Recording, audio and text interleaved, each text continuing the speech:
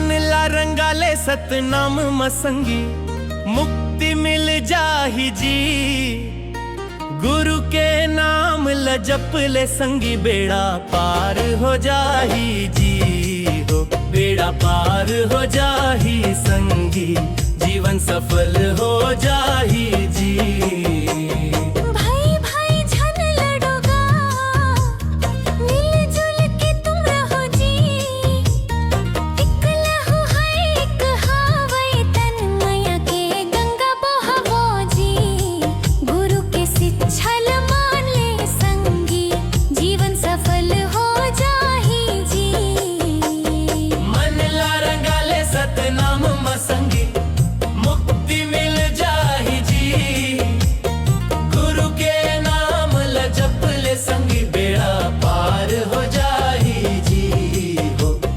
पार हो जाही संगी, जीवन सफल हो जाही जी।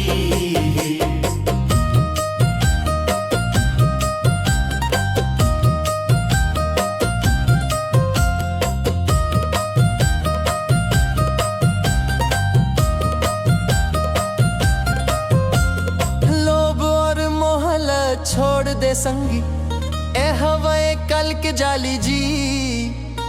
कपट लतज के सत मचला, तबे मिले ही खुशहाली जी। मन के मैल लधोला संगी, जीवन सफल हो जाही जी।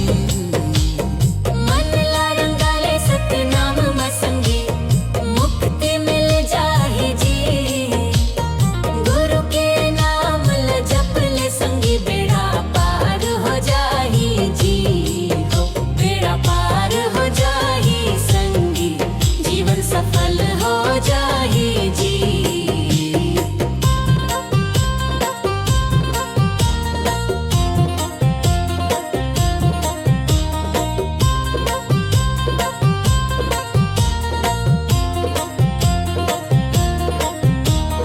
दाई दादा के सेवा कर ले, पुण्य कमलो भरी जी।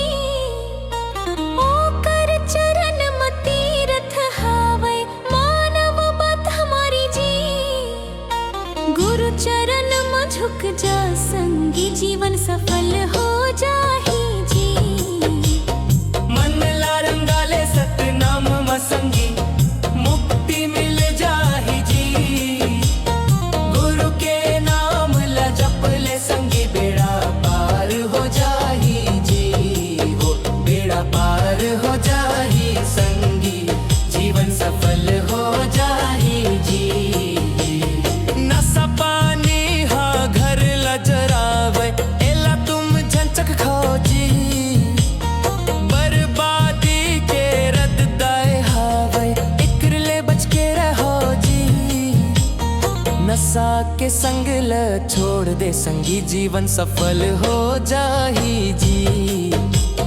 मन ला रंगाले सतनाम मसंगी, मुक्ति मिल जाही जी।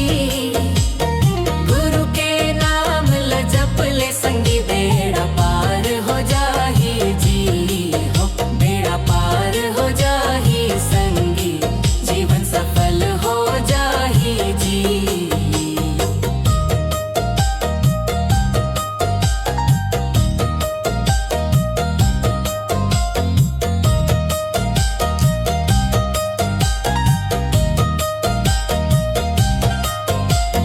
सतनामों के महिमा गावन, मांदर झांझ बजा के जी। पंथी के ये सुंदर संदेशा, सब जन ला सुना के जी। सत्य के रद्दा ल धर लो संगी, जीवन सफल हो जाही जी। मन ला रंगाले सतनाम मसंगी, मुक्ति